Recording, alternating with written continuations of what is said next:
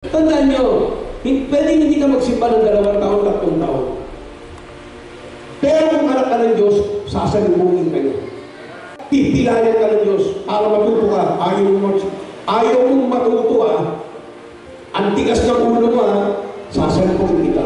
Kapag kahit sinusubok kayo ng Panginoon sa buhay ninyo, wala kayong katwirang para atrasan ang gawain ng Panginoon. Hindi yan pagsubok ang magpapaalis sa inyo sa gawain, kundi yan ang magpapalaan ng buhay ninyo. Kasi maganda makita yun. Itong taong to, ang dami ng problema. Wala naman tapos sa panangalati. Nandun sa Diyos. Inuwanan ng boyfriend, inuwanan ng asawa, nandun pa rin sa gawain. So kahit anong problema, nandun sa gawain. Kahit yung mga commitment, nandun sa gawain. Kasi pagsubok yan pinapalag ka ng Panginoon. Kaya sabi niya, let patience have her perfect work, that you may be perfect and entire, wanting nothing.